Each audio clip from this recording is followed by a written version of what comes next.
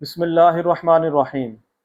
قربانی سے متعلقہ ایک سوال یہ پوچھا جاتا ہے کہ کیا قربانی کی قضا ہے یا نہیں۔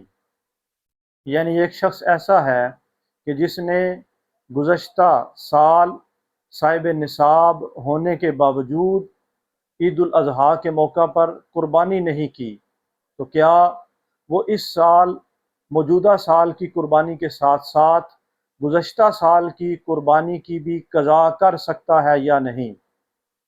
تو اس مسئلہ میں گزارش یہ ہے کہ قربانی کی قضا نہیں کی جا سکتی۔